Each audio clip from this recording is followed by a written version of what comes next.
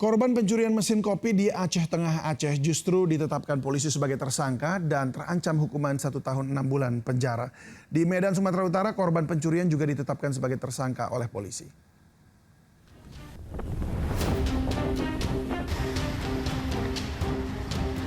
Rumah inilah saksi bisu pencurian mesin penggilingan kopi di Wih Bakong, Silih Nara, Aceh Tengah. Sandika, keponakan pemilik mesin kopi, justru ditetapkan sebagai tersangka oleh polisi. Sandika Agustus tahun lalu mencari mesin kopi, menemukan dan menangkap pelaku. Namun pelaku melawan saat dibawa ke kantor desa dan mendapat pukulan dari Sandika. Pelaku melapor pada polisi sehingga Sandika harus menghadapi persidangan di Pengadilan Takengon sebagai terdakwa 4 Februari besok. Pencuri itu karena memang pelajaran, Bang. Satu lagi memang memberontak mereka bertiga, Bang. Tidak mau kooperatif dibawa ke desa, Bang. Pelaku melapor pada polisi sehingga Sandika harus menghadapi persidangan di Pengadilan Takengon sebagai terdakwa 4 Februari besok. Korban pencurian bersama sejumlah orang melakukan penangkapan terhadap 2 terduga pelaku pencurian di salah satu hotel di kawasan Jalan Jamin Ginting, Medan Tuntungan, Kota Medan pada 23 September 2025 lalu. Korban pencurian sempat menyeret pelaku keluar dan dimasukkan mobil hingga disetrum. Korban pencurian justru ditetapkan polisi sebagai tersangka. Polisi memberikan keterangan dalam kasus ini, korban pencurian dan pelaku telah ditetapkan sebagai tersangka. Dari Aceh Tengah dan Medan, Sumatera Utara, Yusradi dan Adi Palapa Harahap iNews melaporkan. Seorang anggota Satpol PP tewas setelah dibacok orang dengan gangguan jiwa di Kebumen, Jawa Tengah. Sebelumnya korban mengamuk di lingkungan warga. TNI Polri dan Satpol PP berupaya mengevakuasi ODGJ dari rumah yang terkunci di Krakal Alian Kebumen karena mengamuk pada tetangganya. Saat pelaku keluar rumah, langsung menyerang anggota Satpol PP dengan senjata tajam.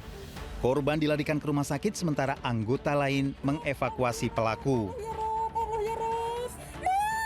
Korban meninggal saat dalam perawatan di rumah sakit.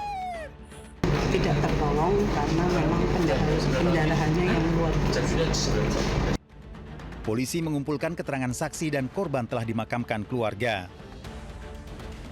Dari Kebumen, Jawa Tengah, Joe Hartoyo iNews melaporkan. Kemarahan publik tidak bisa dipendam atas kejadian yang terjadi di Blora, Jawa Tengah. Seorang pria tanpa alasan menendang seekor kucing hingga mati. Selain memicu kecaman publik, pelaku kini terancam hukuman penjara.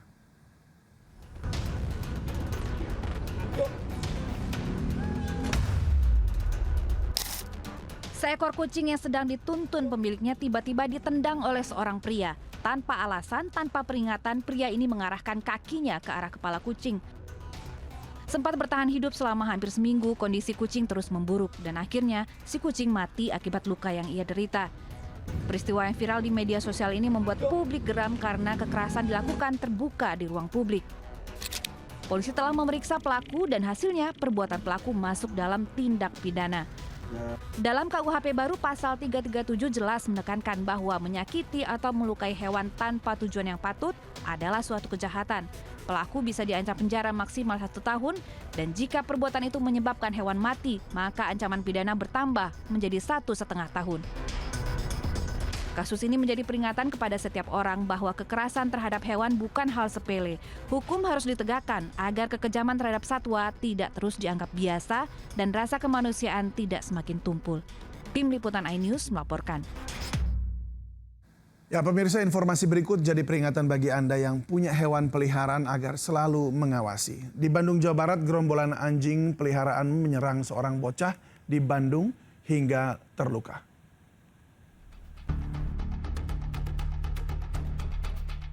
Sekumpulan anjing masuk ke permukiman di Jalan Cibuntu, Kota Bandung, Jawa Barat. Dalam rekaman kamera pengawas, anjing berjumlah 5 ekor ini tiba-tiba salah satu di antaranya menyerang dan menggigit seorang anak berusia 4 tahun. Anak tersebut melintas bersama kakeknya. Korban anak digigit pada bagian punggung hingga harus dilarikan ke rumah sakit. Warga kemudian berupaya mengejar kawanan anjing tersebut. Salah satu kerabat korban mengatakan jika kelima ekor anjing memakai kalung dan disertai chip. 5 ekor anjing ternyata peliharaan yang terlepas dari tuannya hingga masuk ke permukiman. Usai kejadian itu, pemilik telah menemui keluarga korban dan berjanji menanggung seluruh biaya pengobatan. Masalah ini juga telah diselesaikan secara kekeluargaan oleh kedua belah pihak. Dari Bandung, Jawa Barat, Jupita Melana, iNews melaporkan. Seorang pria di Kota Pangkal Pinang, Bangka Belitung meninggal dunia usai mengumandangkan azan. Korban terjatuh setelah azan selesai.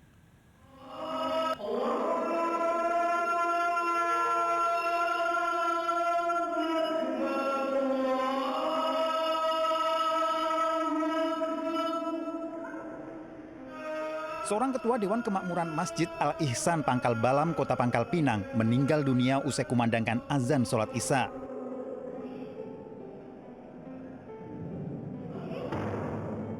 Pria berusia 70 tahun ini ambruk usai mengakhiri azan dan membuat jamaah berlarian memberikan pertolongan.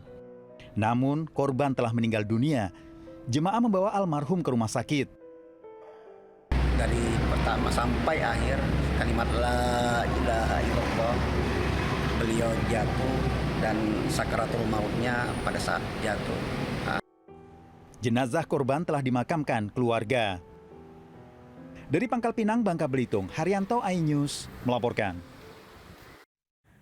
Ya, pemirsa, bersiaplah ditilang kalau Anda bandel berkendara tanpa helm, bonceng 3 hingga lawan arus. Selama 2 pekan, polisi menggelar operasi keselamatan jaya di berbagai ruas jalan Jakarta.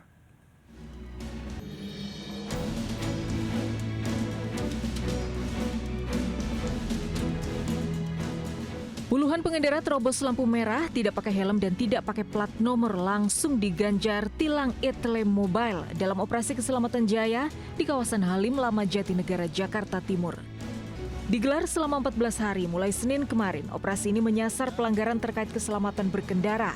Di antaranya, pengendara lawan arah, pengendara di bawah umur, kecepatan tinggi, menggunakan handphone saat berkendara, dan pengendara dalam pengaruh alkohol. Operasi juga menyasar pengendara yang tidak pakai helm SNI, sabuk pengaman, dan tidak menggunakan plat nomor juga kendaraan berkenal pot brong. Sebelumnya, sejak 28 Januari hingga 11 Februari 2026, Polda Metro Jaya juga menggelar operasi Pekat Jaya. Selama pekan pertama operasi, Polres Metro Jakarta Timur menggagalkan 5 indikasi tawuran dan mengamankan 27 orang, 20 diantaranya anak-anak. Juga menindak 1 kasus balap liar dan mengamankan 16 kendaraan. Selama 15 hari operasi Pekat Jaya, ada 27 posko terpadu yang didirikan. Operasi ini bertujuan memberikan rasa aman menjelang bulan Ramadan. Dari Jakarta, Tim Liputan iNews melaporkan.